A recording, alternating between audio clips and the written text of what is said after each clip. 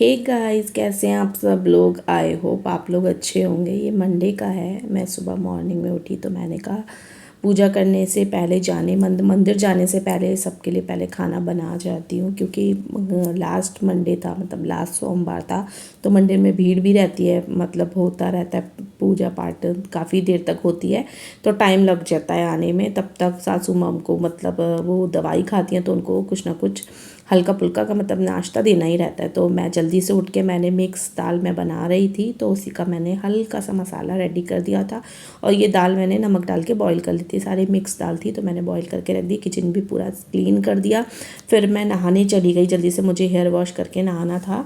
दाल मैं ये छौंक गई थी, मतलब अच्छे से पहले बॉईल कर ली थी, फिर मसाले में मिक्स करके एक प्रेशर और दे दिया था। फिर मैं आई नहा के हेयर वॉश कर लिया था और बेटे को भी बोल दिया था, क्योंकि उस दिन उसकी छुट्टी करा दी थी कि उसी दिन कंटिन्यू बारिश हुई है 2 दिन तक, मंडे ट्यूसडे। फिर हमने घर में पूजा करी और घर में पूजा करने के बाद हम लोग को मंदिर जाना था, लेकिन उस दिन लेट भी हो गया था काफ़ी। हम लोग 10:30 बजे तक गए थे और आते आते 11:30 बज गया था। पूजा अच्छे से, दर्शन सब कुछ अच्छे से हो गया था, क्योंकि मंदिर में भीड़ तो थी ही, लेकिन हमने आराम से अच्छे से दर्शन किया था। मैंने कहा लास्ट सोमवार है और अच्छे से करेंगे, इसलिए मैं थोड़ा सा लेट से भी गई थी मंदिर। घर का सारा काम करके सबको मतलब सारा सब रेडी करके, और मैं आटा गूँथ के गई थी। वैसे मैंने हस्बैंड को बोला था, बट वो लेट से सोए थे रात में, उनको नींद नहीं आ रही थी, थोड़ा सा दिक्कत हो रही थी, तो इस वजह से, इसलिए वो सुबह सुबह लेट से उठे थे। और बारिश भी हो रही थी तो हम लोग तो पैदल ही चले गए थे। बाइक पे जाते तो वो भी भीगते, और उनको मतलब जाते वो भी उनसे बात हुई थी, लेकिन उन्होंने कहा नहीं आप तुम ही लोग चले जाओ। तो फिर हम लोग जल्दी से रेडी होके मंदिर वंदिर गए, फिर वहाँ जाके अच्छे से दर्शन किया।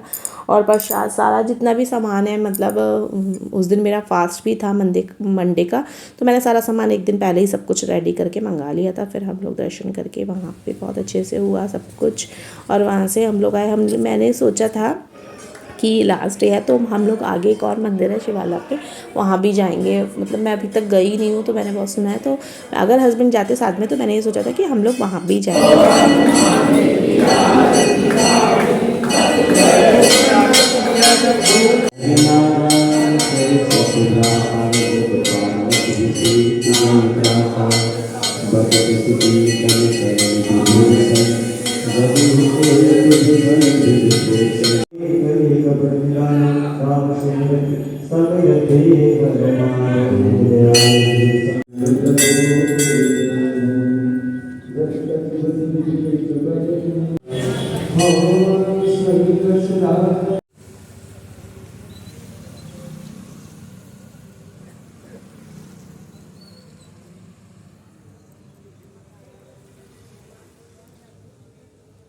फिर घर आई जल्दी से, मैंने कपड़े चेंज किए और हस्बैंड ने भी घर में पूजा कर ली थी और वो भी बैठे थे।